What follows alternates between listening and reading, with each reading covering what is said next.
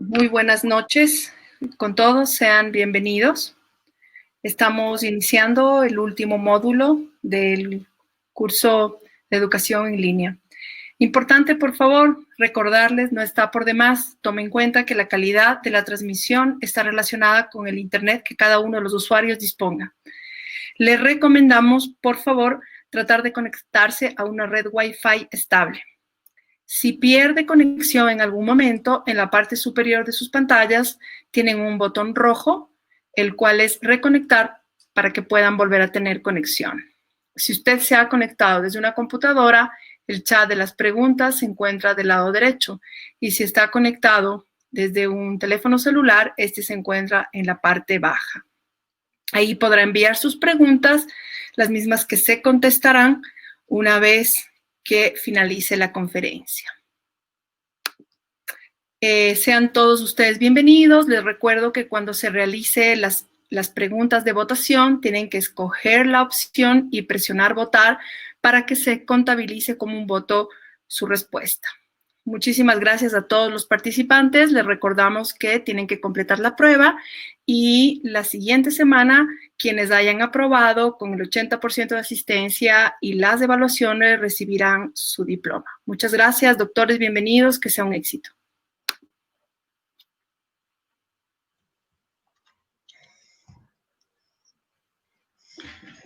Muy buenas noches, estimados colegas.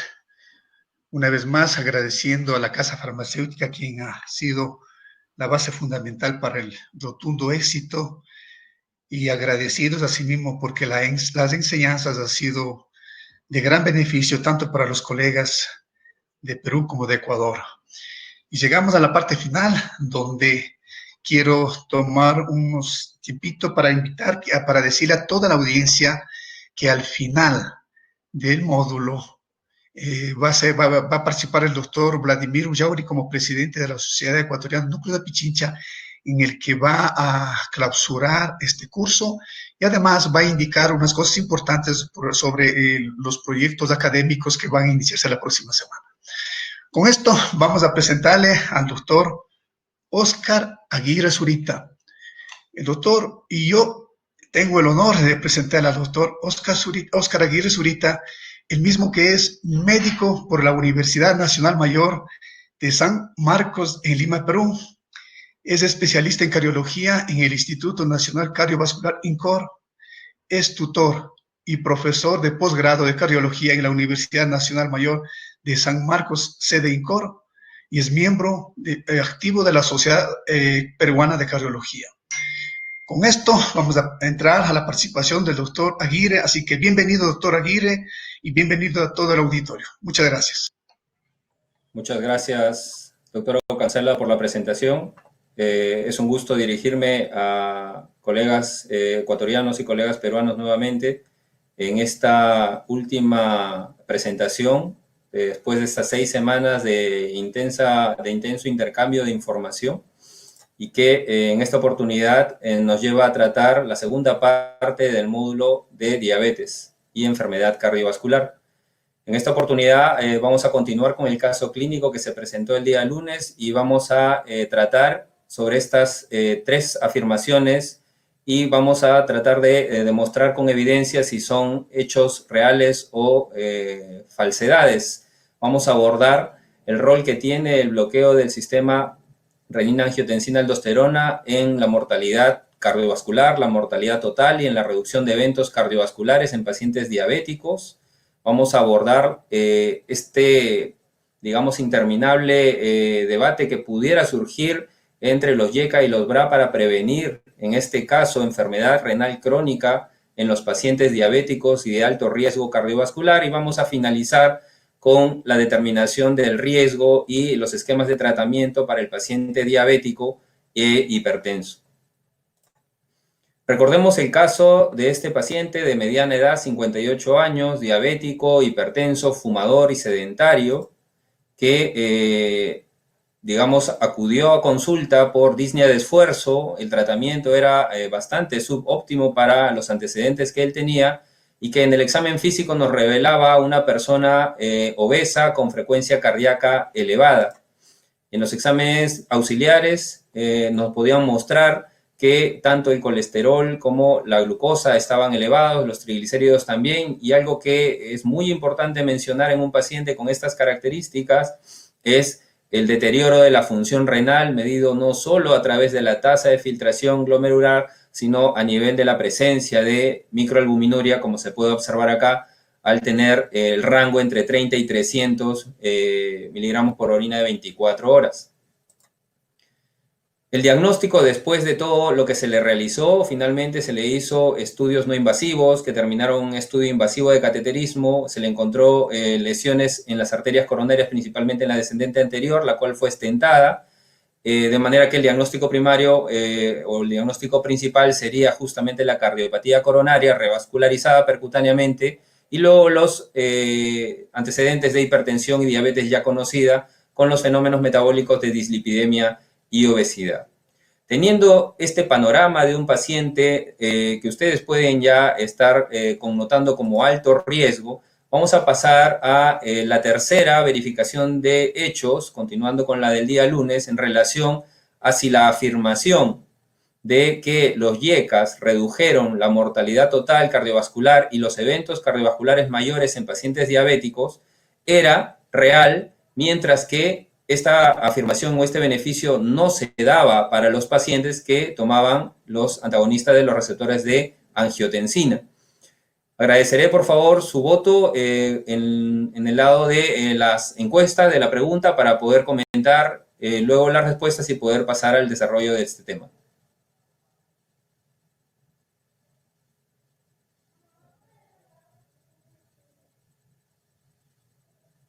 Muy bien, creo que ya se han dado todos los votos. Existe un 11% que opina de que esta afirmación es falsa, es decir, de que existe cierto beneficio equiparado entre ambos grupos farmacológicos, y la mayoría de ellos piensa que es verdadera en el sentido de que los YECAS tuvieron una ventaja en la reducción de morbimortalidad. Esto lo vamos a ver a continuación.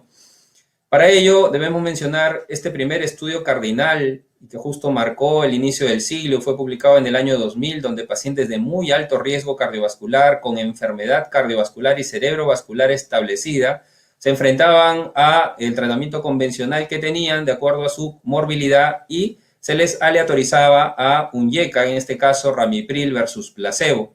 Este era el diseño principal del estudio HOPE, en la mira de la demostración de si los YECAS pueden cambiar el pronóstico de estos pacientes con muy alto riesgo cardiovascular. Así también se presenta el micro-HOPE, que es el subestudio dentro del HOPE, pero que incluía pacientes diabéticos, donde se puede ver que aproximadamente el 30% de ellos eran diabéticos, como pueden ver en el volumen de la muestra.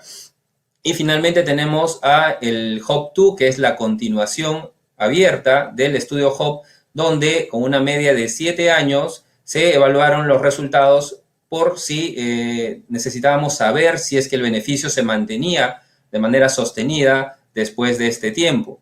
Y lo que se pudo ver, hablando de ramipril en diabetes, es decir, hablando del micro-HOPE, era que había un beneficio en la reducción del punto final primario que involucraba infarto de miocardio, stroke y mortalidad cardiovascular.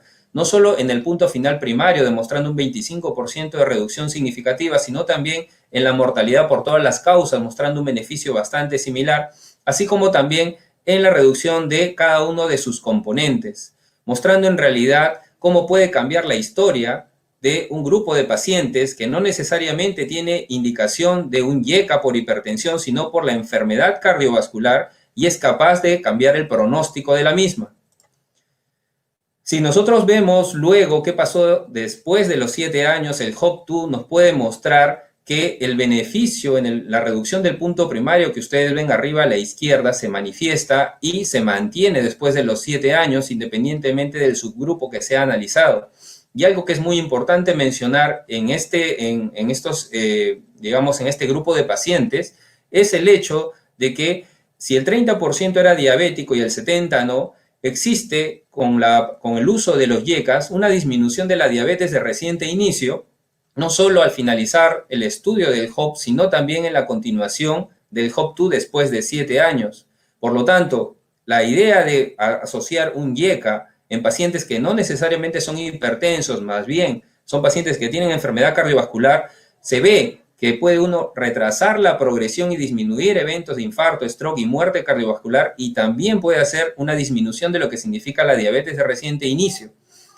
Esto tuvo que ser corroborado nuevamente con uno de los estudios más grandes en población diabética, como es el estudio ADVANCE, que ustedes pueden ver que es un diseño factorial, puesto que un grupo de ellos era asociado al tratamiento intensivo de la diabetes y otro a la asociación fija de una combinación de perindopril con indapamida frente a placebo, que en realidad no era un placebo, sino que era el manejo convencional de los pacientes que tenían estas características. Eran todos ellos pacientes diabéticos que tenían enfermedad macrovascular definida como infarto, stroke, o historia de enfermedad microvascular que ustedes conocen, retinopatía, nefropatía. Este grupo de pacientes tuvo que evaluarse con la idea de valorar si es que después del periodo de tratamiento disminuían la tasa de complicaciones asociadas a eventos macrovasculares y microvasculares, y así también a ver si es que la intervención con perindopril indapamida podía asociarse a disminución de mortalidad cardiovascular o mortalidad total. Algo que es muy importante mencionar aquí en el estudio ADVANCE, tal cual fue en el estudio HOPE, es el hecho de que no se incluyeron pacientes con criterio específico de hipertensión. Recordemos que estamos interviniendo con un YECA. Y de manera análoga al otro estudio, aquí tampoco era un criterio de inclusión el que haya pacientes hipertensos. Sin embargo, no podemos negar el hecho de que un paciente diabético con enfermedad coronaria, enfermedad macrovascular, no podemos negar que debe existir una gran población de pacientes diabéticos, como fue más o menos el 50% del estudio ADVANCE. Pero la intención no era justamente ver el efecto en pacientes que tenían hipertensión. No obstante ello, es de notar que el adicionar perindopril con indapamida logró una reducción de la presión arterial de 5 de sistólica y 2 de diastólica, y la idea era valorar justamente cómo se comportaba esto en relación al beneficio que pudiera lograrse en reducción de eventos primarios o eventos finales mayores.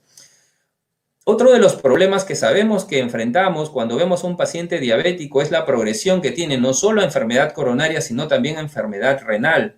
La nefropatía, que ya la vamos a ver más adelante, es un predictor de eventos adversos y un predictor que acelera la mortalidad y por ende acorta el periodo de vida, de manera que uno de los beneficios que se buscaba demostrar era si es que lograba una disminución en la tasa de eventos renales.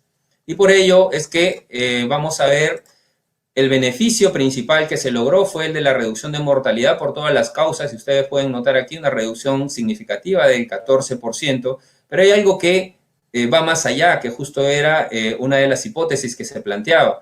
En un grupo de pacientes diabéticos con enfermedad micro y macrovascular, el agregar un YECA, no necesariamente por ser paciente hipertenso, logró reducir la muerte cardiovascular cerca de un 18%. Logró reducir la tasa de eventos coronarios, que es lo que uno busca al enfrentar a un paciente diabético, en un 14%, y lo que era también muy importante en cuanto al punto final renal era la reducción de la microalbuminuria en un 21%. De manera que se ratifica el beneficio logrado por ramipril en el HOPE, en el micro-HOPE, en el estudio ADVANCE, que tiene mayor volumen de pacientes y que la idea era justamente ver los resultados en mortalidad total. Asimismo, al igual que en el estudio HOPE, en el estudio ADVANCE-ON, el seguimiento de los pacientes fue incluso hasta más de 10 años, y donde se pudo notar que el beneficio de mortalidad por todas las causas y de mortalidad cardiovascular se mantuvo. Es algo que se puede observar incluso en las curvas, que son casi paralelas, de manera que, al igual que el beneficio de los otros YECAs, podríamos decir que con perindopril, en este caso asociado a indapamida, existía una reducción de la morbimortalidad cardiovascular, no solo hasta finalizado el estudio, sino también en el estudio de seguimiento, que podía llegar a más de 10 años, lo cual es importante, puesto que nos habla de un beneficio sostenido en este grupo de pacientes. De manera que al analizar ya dos ensayos clínicos con YECA, la idea era tratar de ver si esto se comportaba de manera lo suficientemente potente como para poder compararlo luego con, en este caso, lo que motivaba la pregunta, que era los estudios con los bloqueadores de los receptores de angiotensina. Y en esta oportunidad entonces se juntaron más de 35 estudios donde se reunieron 32.000 pacientes con YECA y 23.000, un poco más de 23.000 pacientes con los bloqueadores de los receptores de angiotensina, con la idea de ver si es que la intervención con estos fármacos podía reducir muerte cardiovascular, muerte total y eventos cardiovasculares mayores en población diabética. Es importante resaltar cómo tenemos al Advance con perindopril, a los subanálisis del HOPE con ramipril, tenemos al Diapcar con ramipril, y entre los más destacados de los estudios incluidos en este metaanálisis con BRA está el PROFES con telmisartán, el SCOPE con candesartán, RENAL con losartán y el ROADMAP con olmesartán.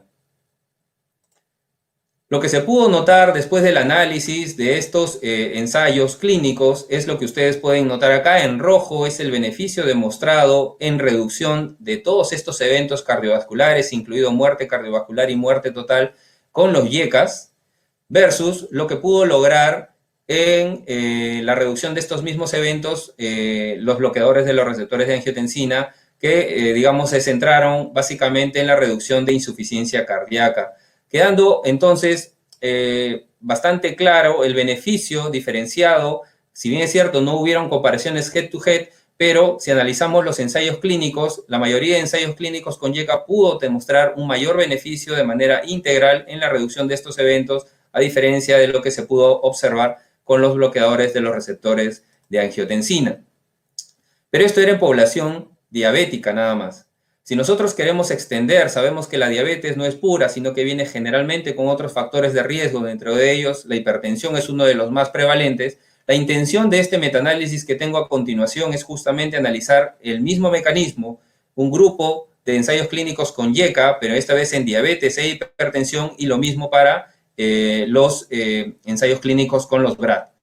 Igual manera, tenemos el HOPE con ramipril y el Diapcar también con ramipril y el Advance y el HIBET con perindopril, mientras que por BRA representan el SCOPE candesartán, PROFES, Trascent con telmisartán y el ROADMAP con olmesartán. Y las diferencias en realidad son bastante notorias y se parecen a los beneficios que se lograron en pacientes que eran diabéticos sin hipertensión. En este caso, el paciente diabético con hipertensión también logra mostrar un beneficio cuando es intervenido con los diferentes YECAs que hemos especificado, como ustedes pueden notar en la tasa de reducción de riesgo, de manera significativa, situación que no se ve de manera análoga con los bloqueadores de los receptores de angiotensina. Por lo que podríamos decir entonces que quizás el YECA, basado en los beneficios y en los estudios demostrados, pudieron comprobar una protección cardiovascular más significativa y más integral a nivel de cada uno de los puntos finales frente a los bloqueadores de los receptores de angiotensina, puesto que estos últimos mostraron una tendencia en uno de los metaanálisis mostrados a una reducción no significativa en la tasa de infarto. Por lo que la respuesta a la primera pregunta es en realidad verdadera en relación a que los YECAs sí pueden reducir eventos cardiovasculares mayores, incluido muerte, versus los BRA en pacientes diabéticos, y no solamente diabéticos, sino diabéticos con hipertensión. La siguiente pregunta era justamente la relacionada a la otra complicación que uno teme cuando observa al paciente diabético, que es justamente la progresión renal. De manera que los invito a opinar en relación a si los BRA muestran esa superioridad que siempre ha sido caracterizada sobre los YECAs para prevenir enfermedad renal crónica en los pacientes diabéticos con alto riesgo cardiovascular. Si ustedes creen que los BRA muestran superioridad, marcarán verdadero. Si ustedes opinan que los BRA no muestran superioridad, pueden marcar falso, o en todo caso, si no están seguros, la opción C.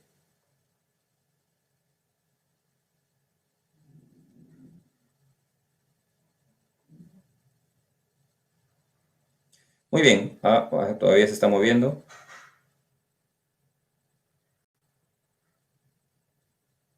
Perfecto. El 83% de la gran mayoría de pacientes, la mayoría del auditorio opina que esta afirmación es falsa, es decir, que no hay una superioridad de los BRAF sobre los YECAS en relación a la prevención de enfermedad renal crónica en pacientes diabéticos. Esto lo vamos a ver a continuación. Para ello, como antecedentes, podríamos decir que la prevalencia de enfermedad renal crónica en la población general puede estar alrededor del 10%, pero hay subpoblaciones en donde puede ser superior.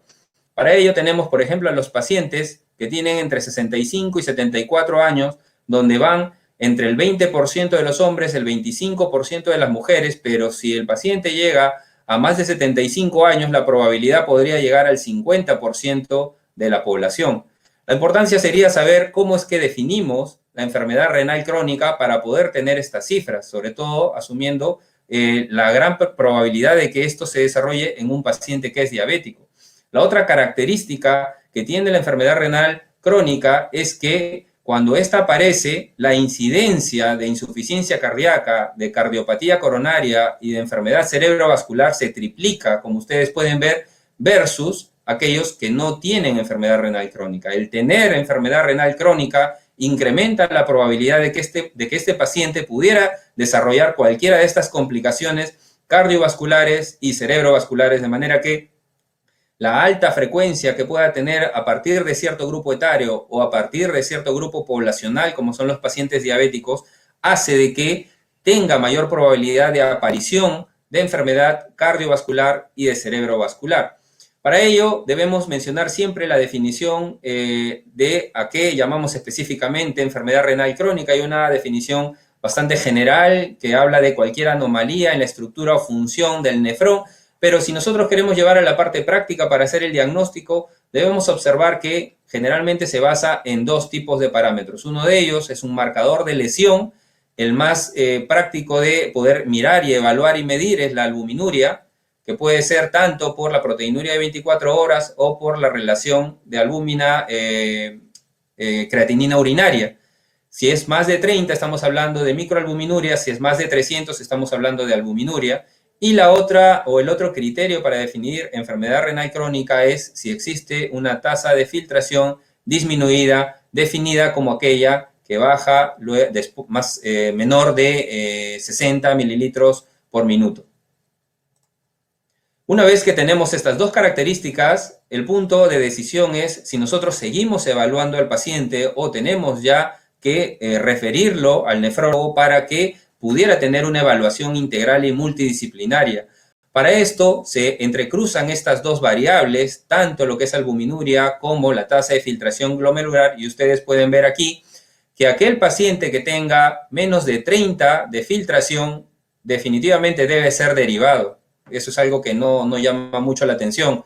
Pero si el paciente tiene debajo de 45, y pongámonos a analizar cuántos de nuestros pacientes tienen debajo de 45, el paciente también debe ser derivado a nefrología para un manejo compartido cuando tiene microalbuminuria, es decir, cuando está entre 30 y 300.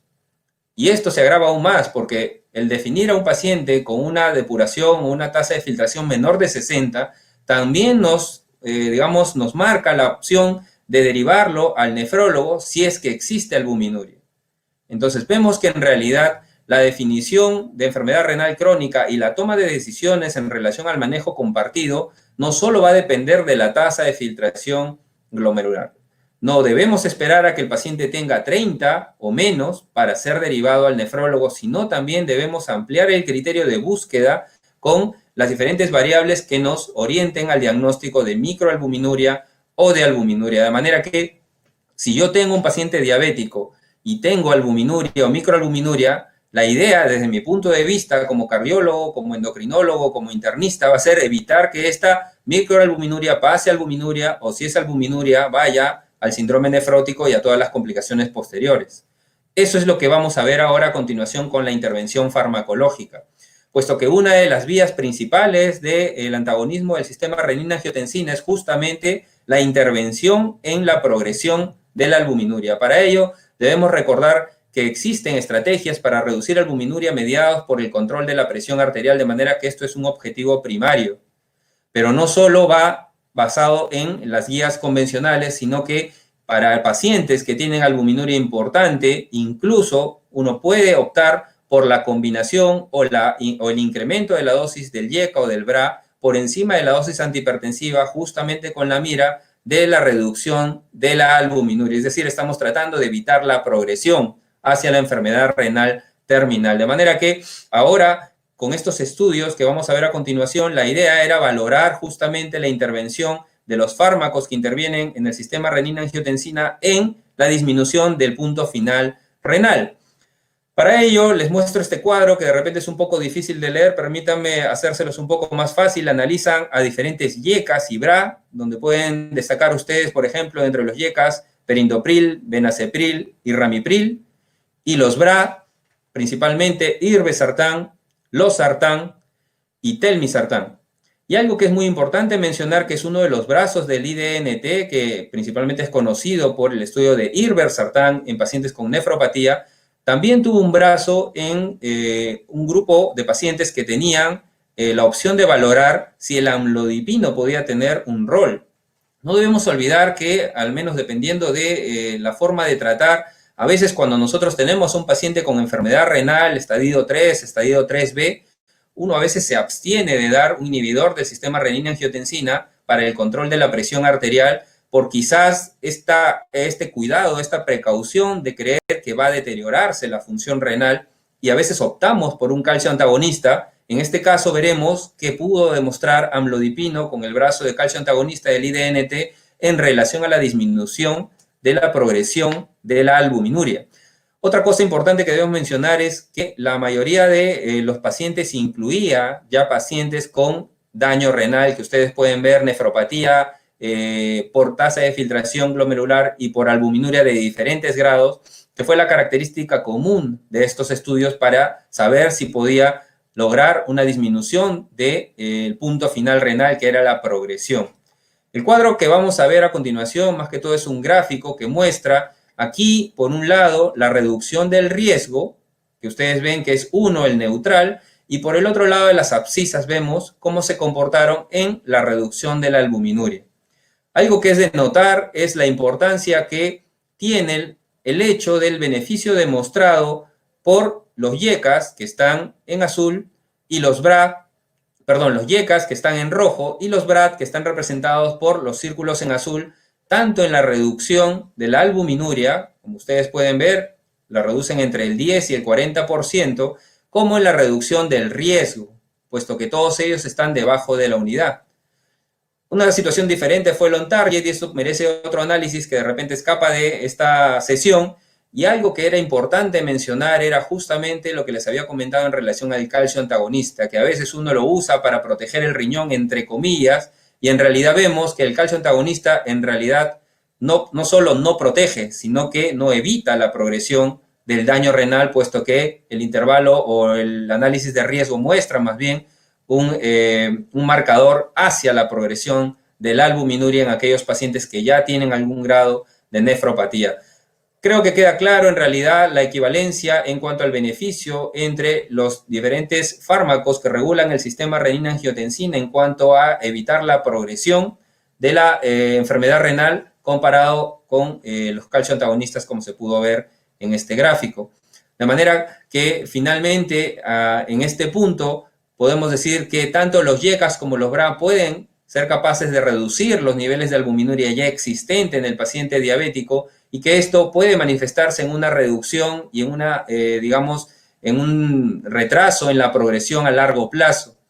Debemos recordar entonces que así como la filtración glomerular, la albuminuria es un marcador de alto riesgo de patología cardiovascular, y debemos centrarnos no solo en el manejo de los factores de riesgo clásicos, sino también en intentar todas las opciones que tengamos de tratamiento para disminuir la microalbuminuria o la albuminuria que tenga el paciente diabético.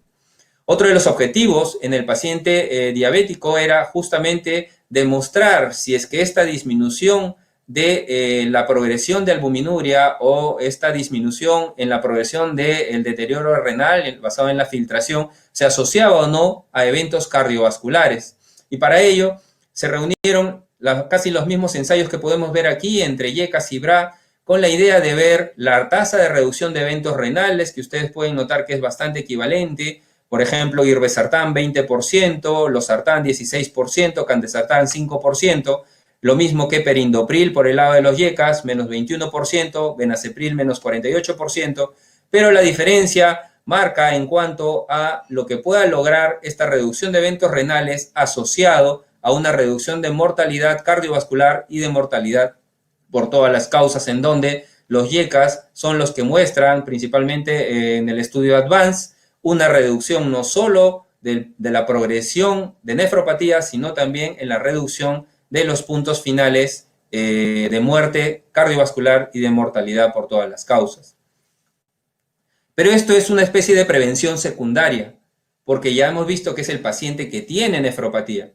La intención es tratar de valorar en algún momento, cuando se comenzaron a analizar los estudios de diabetes y enfermedad aterosclerótica o nefropatía, se pudo encontrar que de toda la población diabética, entre un 30 y un 40% ya tienen enfermedad cardiovascular establecida o enfermedad renal.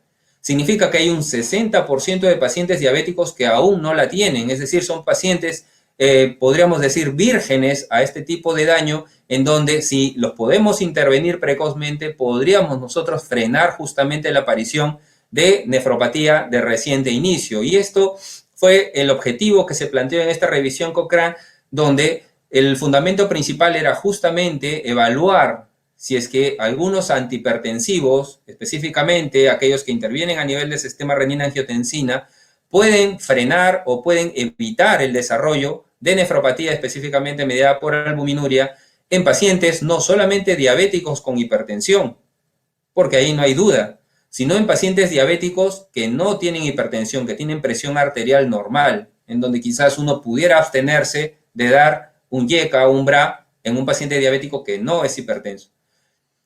Debemos recordar entonces que entre el 20 y 40% de los pacientes que tienen nefropatía diabética experimentan al final lo que llamamos la enfermedad renal terminal, que conlleva la diálisis con toda la comorbilidad que viene asociada y que es conocida por ustedes.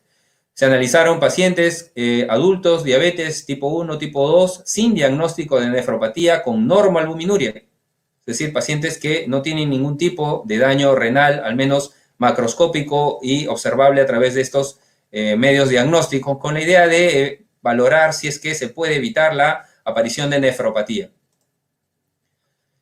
En relación a los YECA, para este escenario de prevención de nefropatía tenemos al ADVANCE con perindopril, al BENEDICT con trandolapril, HOPE, ramipril, los principales protagonistas de los ensayos clínicos, que pudieron ver lo que ustedes pueden denotar en este cuadro, en esta tabla, donde se puede demostrar que existe una disminución en la aparición de enfermedad renal con una reducción del 29% de manera significativa y que va asociada a una disminución de la mortalidad por todas las causas de un 16%.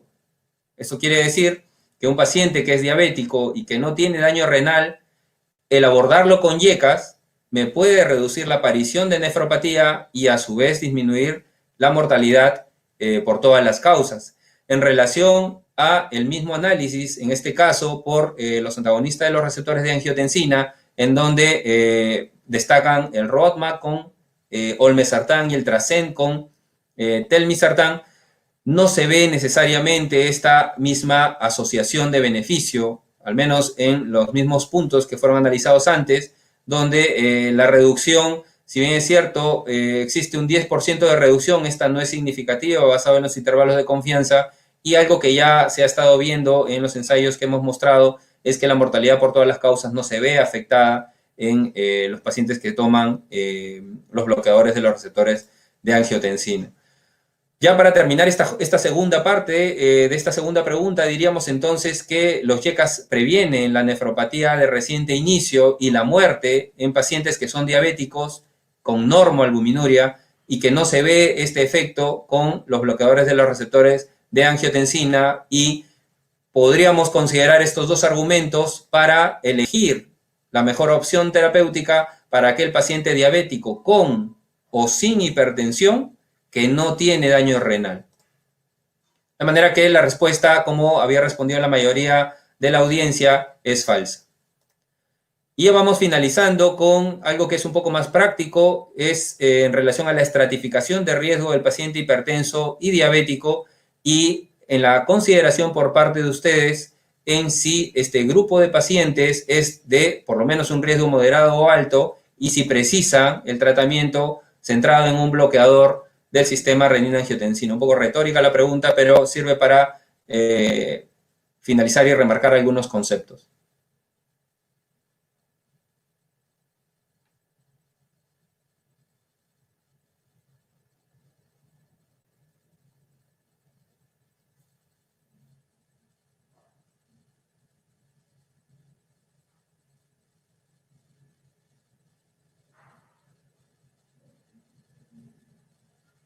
Ahí va. Muy bien.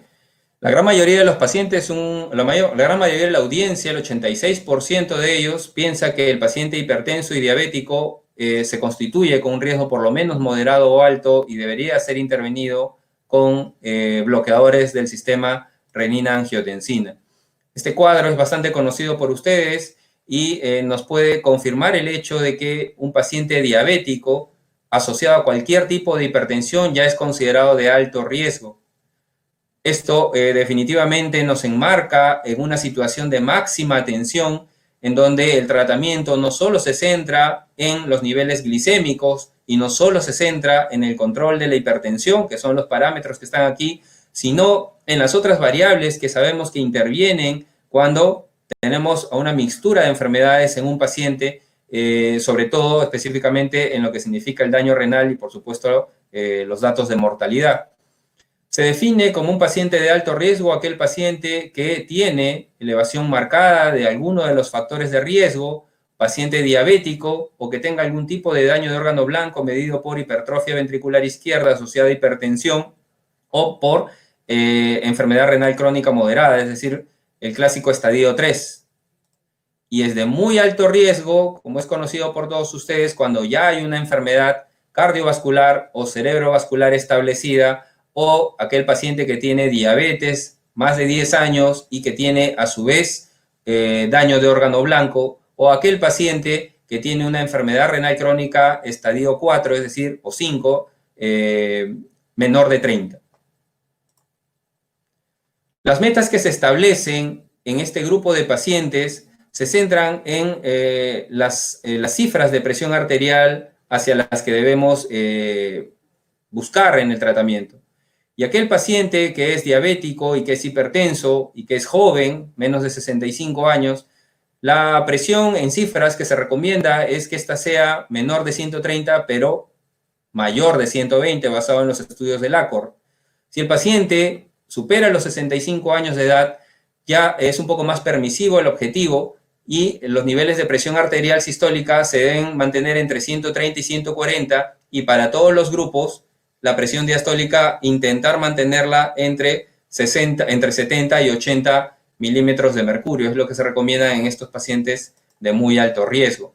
Las guías establecen que la terapia de primera línea debe ser establecida por un YECA o un BRA, basado en lo que hemos comentado en estos minutos previos. De repente ustedes puedan tener ya información para poder definirse o es un YECA o un BRA, combinado con un calcio antagonista o un diurético, tratando de propiciar la terapia de combinación cuando la presión está arriba de 160-100, de manera que deberíamos empezar con terapia de combinación de inicio, y si es posible una combinación a dosis fija, sería mucho mejor para mejorar la adherencia, y luego los siguientes pasos que ustedes ya conocen, que es la adición del diurético, la adición del calcio antagonista, si es que no ha sido considerado, y luego otras opciones de tratamiento como la espironolactona o si hay algún modificador de riesgo, el uso de los beta bloqueadores.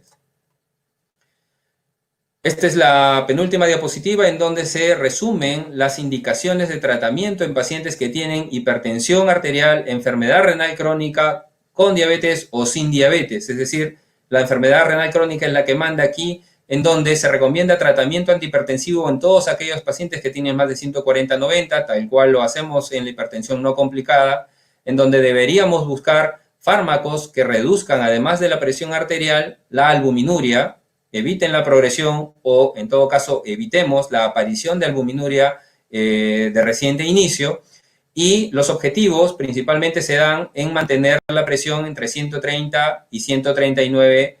Recordemos que son pacientes con enfermedad renal crónica, para lo cual la asociación se da principalmente entre un bloqueador del sistema renina-angiotensina y un calcio antagonistas.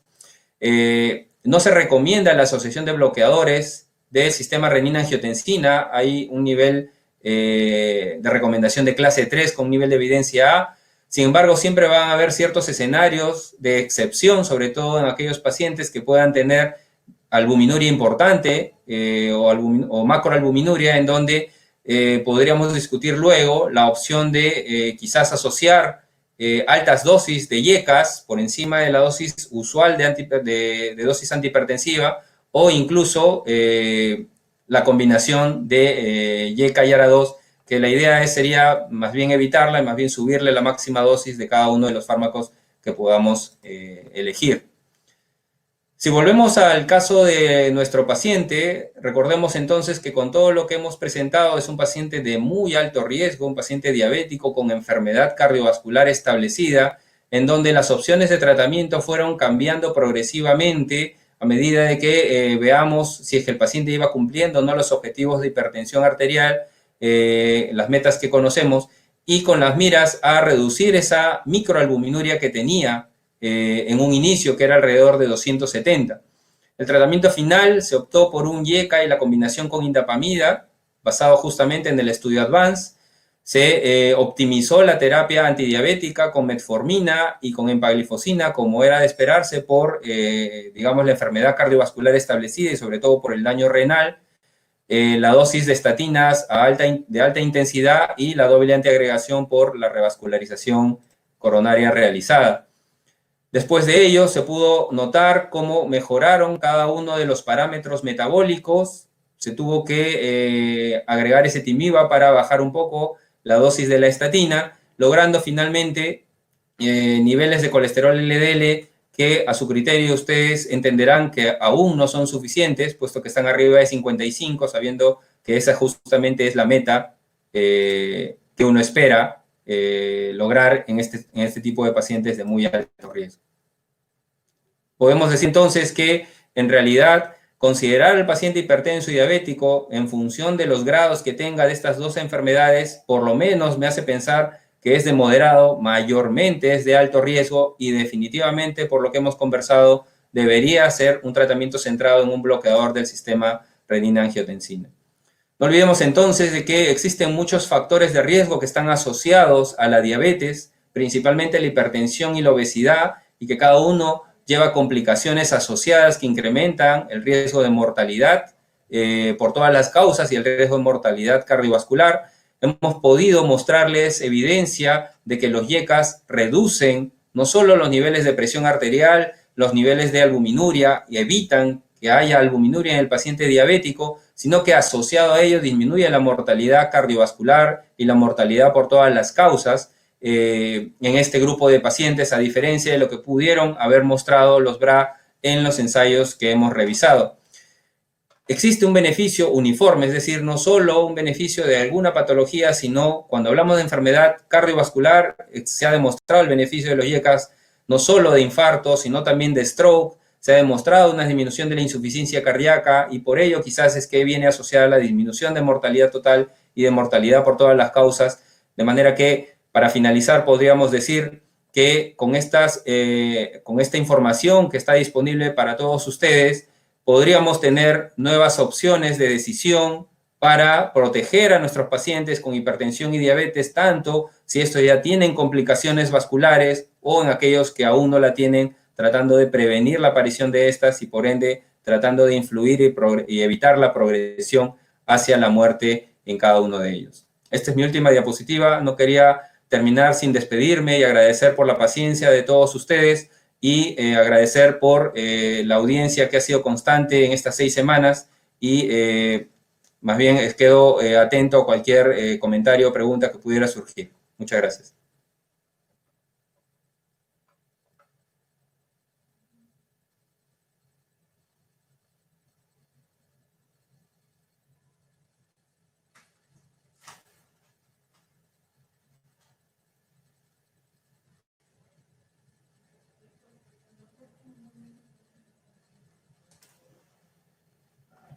Doctor Aucancela, su micrófono, por favor. Disculpen la molestia. Muchas gracias, mi doctor Aguirre. Excelente su participación. Yo creo que ha sido una de las charlas muy prácticas, especialmente para nuestra audiencia, en la que generalmente están presentes médicos internistas, médicos generales, que están realizando la atención primaria. Y en vista de eso, yo he escogido unas preguntas más que todo desde el punto de vista práctico. Y a mí me gusta esta pregunta, por ejemplo, y quiero preguntar al doctor Aguirre, de un asistente que nos dice, a un paciente con antecedentes de hipertensión arterial y diabetes tipo 2, que toma losartán de 50 miligramos, ¿se le puede cambiar al enalapril? ¿En qué condiciones puede efectuarse este cambio? Gracias. Primero quisiera reconocer un poco algunas de las pocas desventajas que tienen entre los BRA, la diferenciación entre aquellos losartán y no losartán. El grupo español, el grupo latinoamericano de hipertensión reconoce que quizás el único BRAD que tiene cierta limitación, no por la eficacia, sino por la dosificación, es el losartán, debido a que generalmente tendría que darse 2 veces al día para demostrar los beneficios que hemos podido notar en los ensayos clínicos mostrados, por una parte. Por otra parte, el rotar de un BRAD a un YECA suena razonable basado en la evidencia que hemos mostrado. Pero agradezco la pregunta y es importante por lo siguiente. Dentro de los YECAs que hemos mostrado, no hemos podido evaluar algún beneficio de los YECAs que no son tisulares. Esta gran afinidad por la ECA tisular, que es diferente a la ECA plasmática, es quizás una de las principales justificaciones que hace que perindopril, ramipril, quinapril pudieran ser en ese orden estos YECAs que puedan tener los beneficios cardiovasculares demostrados. No así necesariamente las otras moléculas como enalapril o captopril. De manera que quizás habiendo demostrado un beneficio a través del estudio renal con losartán y no teniendo evidencia de algún estudio de prevención con enalapril en pacientes diabéticos a largo plazo, quizás mi sugerencia iría a optimizar la dosis del losartán si es que no tengo opción de un YECA con las características que hemos mencionado para augurar el beneficio que se ha demostrado. Muy bien, yo creo que está claro esa posición y así es para nuestros asistentes. Hay otra pregunta. Es un tema amplio donde la incidencia de los factores de riesgo de hipertensión y diabetes la incidencia es altísima en nuestro medio, y por eso que también vienen unas preguntas relacionadas a esa asociación y dice, ¿podríamos usar un YECA en paciente diabético sin hipertensión arterial, pero con presencia de microalbuminuria? ¿Cuál es la dosis? ¿Cuál es la dosis mínima? ¿Cuál es la dosis máxima? Muchas gracias. La respuesta es, por supuesto que sí. Creo que la pregunta calza en la población del estudio Advance, que incluyó a todos los pacientes diabéticos. Algunos de ellos tenían microalbuminuria, algunos de ellos no tenían microalbuminuria. Y en cuanto a la dosificación, el beneficio se demostró primero por la asociación a dosis fija de un YECA con un diurético no tiazídico como indapamida. La dosis que se aconseja en este paciente no hipertenso era justamente empezar con una dosis de 2 miligramos de perindopril, 0.625 de indapamida por un mes.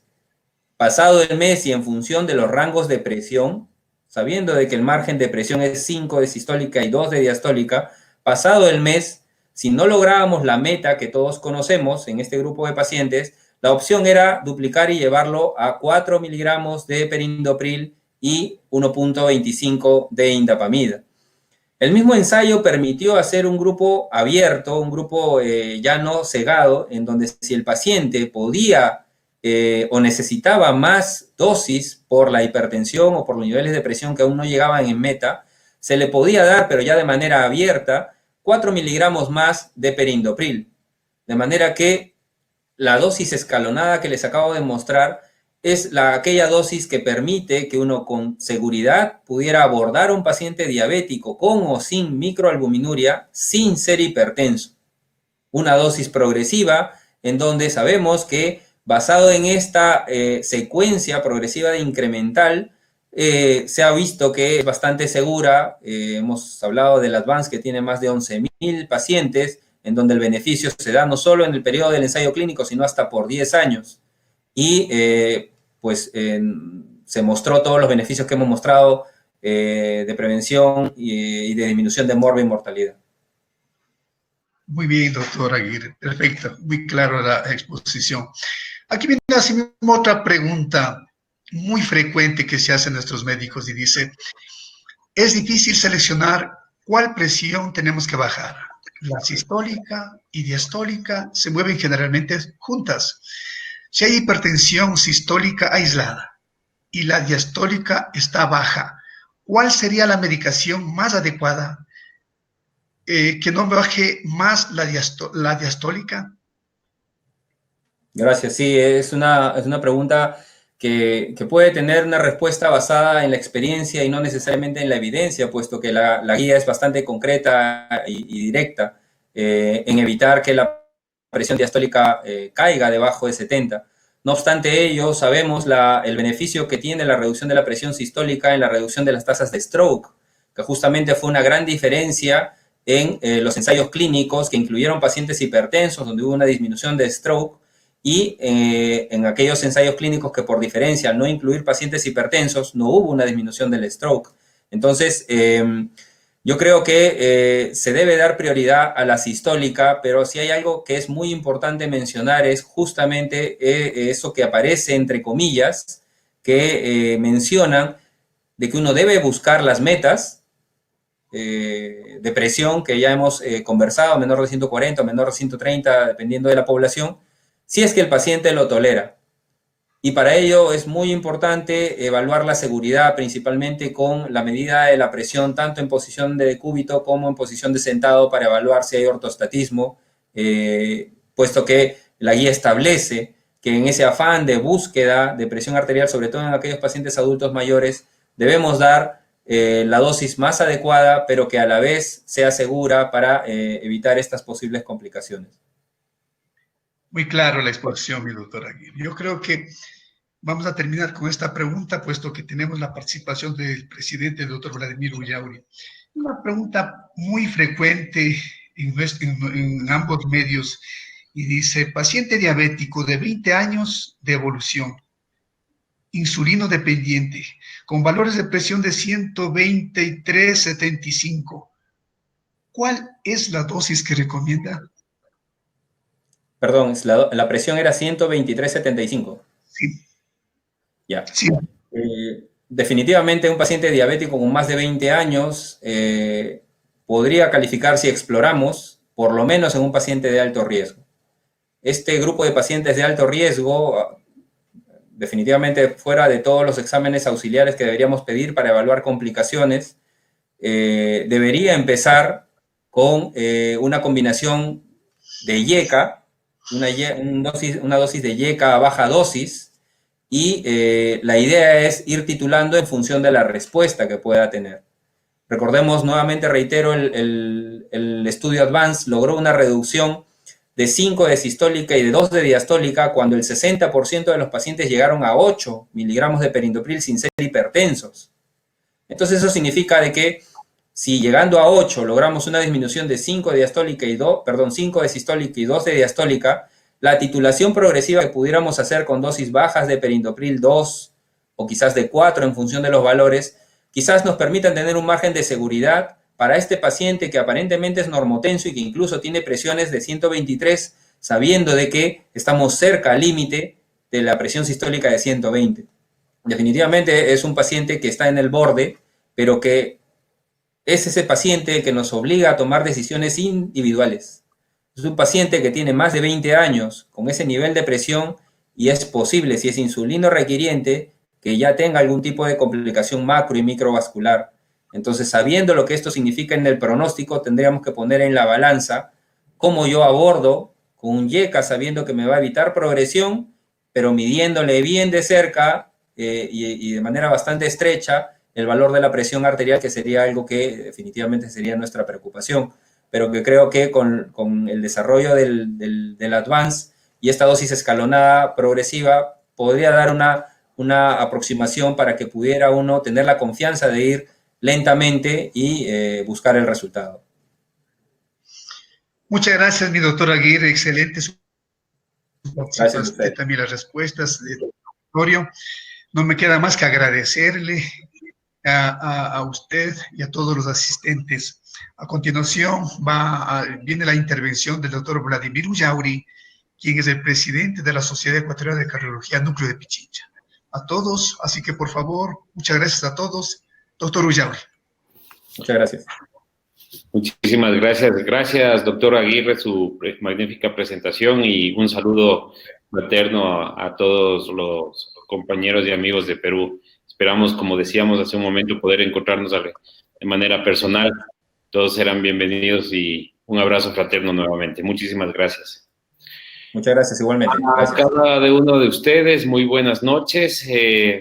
Quiero primero agradecer la participación de cada uno de los expositores, la participación de cada uno de ustedes. El motivo de mi intervención en este momento es dar por clausurado el presente curso, en el cual hemos tenido un promedio aproximadamente de 600 participantes en cada una de las reuniones, en donde ha habido participación de médicos de todos los países de la región. Así que nos sentimos muy, muy honrados con su presencia, muy halagados, y obviamente el mayor estímulo para que nosotros podamos continuar con este tipo de actividades. Agradezco la participación y las magníficas ponencias de cada uno de los profesores invitados, y de manera muy especial al Laboratorio Servier, quien ha sido el patrocinador oficial del presente curso. Tengo que comunicarles al respecto de los certificados. Los certificados, como bien se ha dicho, serán entregados en el transcurso de la siguiente semana a través de sus correos electrónicos, y obviamente será el certificado de asistencia con la marca de aprobación en quienes han aprobado con más del 80% de asistencia y de las evaluaciones. Adicional a esto, tengo buenas noticias al respecto sobre el respaldo y sobre la información del curso. Yo les coloqué en la parte superior de la columna de chats una dirección electrónica, una dirección web que es www.rasfaccheck.com, en donde ustedes van a poder tener información de todas las charlas que han recibido. Pero lo más importante es que podemos nosotros registrar el aval de este curso adicional a la universidad, al aval de la universidad que tenemos aquí de la UDLA. La Universidad McGill de Canadá también nos va a dar el aval al presente curso, y el mismo podremos inclusive canjearle con la Asociación Americana de Médicos, los cuales muchos médicos tienen el interés de canjear con los créditos universitarios, y cada hora será equivalente a un crédito médico universitario. Así que la universidad, como les dije, McGill de Canadá, nos está dando también el aval al presente curso. En esta dirección van a tener todas las instrucciones en rasfaccheck.com al respecto. Esto es el primer estímulo y la mayor razón para que nosotros continuemos en nuestras actividades académicas de manera virtual como Sociedad Ecuatoriana de Cardiología Núcleo Pichincha. Por favor, si podemos colocar las diapositivas. Doy de manera también oficial, o son ustedes los primeros en recibir esta difusión. Nosotros empezamos con el siguiente curso virtual de actualización en cardiología, el cual está planificado realizarlo por módulos. Va a ser de distintas temáticas. El primer módulo va a ser desde el 27 al 28 de septiembre. La hora cambia un poco, va a ser a las 19:30. Vamos a mantener la misma modalidad, que va a ser 1 hora cada cada reunión. Y el primer curso va a tener módulos de dislipidemia, arritmias, hipertensión arterial y tromboembolismo. Y el segundo módulo, que va a ser desde 30 de septiembre al 18 de noviembre, de igual manera vamos a tener 42 horas curriculares con módulos de tromboembolismo, cardiopatía, hipertensión arterial, insuficiencia cardíaca. De esta manera nosotros vamos a poder dar un enfoque global de la cardiología, de lo que estamos haciendo en el mundo actual y obviamente llegar hacia ustedes para poder facilitar los métodos diagnósticos y métodos de tratamiento actuales. Quiero compartirles a ustedes lo que nosotros tenemos como planificación del curso. Esto es diríamos que es una premisa para toda la población en general y me voy a permitir darles una información general del programa científico. Esto les va a llegar a cada uno de ustedes.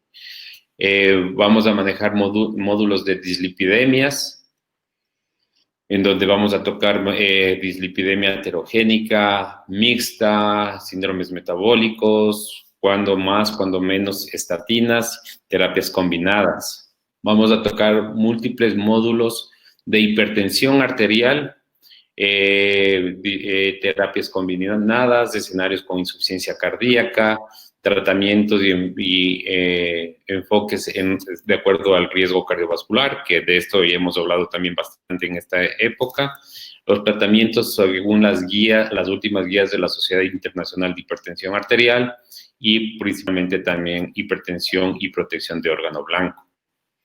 En el módulo de arritmias vamos a hablar principalmente de la arritmia más frecuente que tenemos en nuestro medio, la fibrilación auricular, tratamientos farmacológicos para el control del ritmo, la valoración del riesgo cardioembólico, anticoagulantes orales, opciones terapéuticas en la fibrilación auricular en cuestión de anticoagulación, cuáles son los distintos escenarios de anticoagulación, enfermedad trombótica venosa, cuáles son las opciones terapéuticas, antiagregación plaquetaria en pacientes con enfermedad arterial periférica.